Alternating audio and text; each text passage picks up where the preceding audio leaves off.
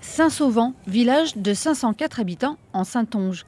Dans le petit rocamadour charentais, les chantiers ne manquent pas.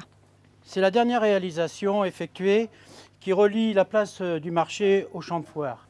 Voirie, enfouissement des réseaux, réhabilitation de l'habitat. Voilà l'épicerie qui a été réouverte en 2012 avec l'aide bien sûr du département.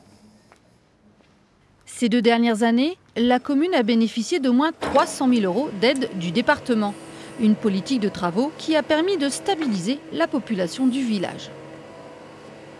Les champs de compétences du département elles sont énormes. Alors je vous l'ai dit, sur la voirie, sur l'école, sur l'aménagement de l'habitat indigne, sur tout ce qui est projet salle des fêtes, rénovation de mairie.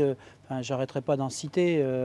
Et aujourd'hui, c'est énorme et il faut que notre département continue malgré les baisses de dotation.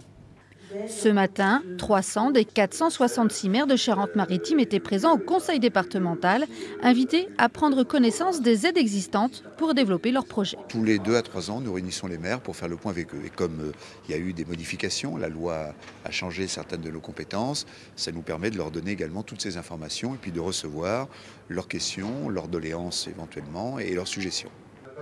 Soutien au sport, la culture, mise en place du très haut débit. La priorité reste de revitaliser le cœur des communes, aussi bien dans les terres que dans les grandes villes.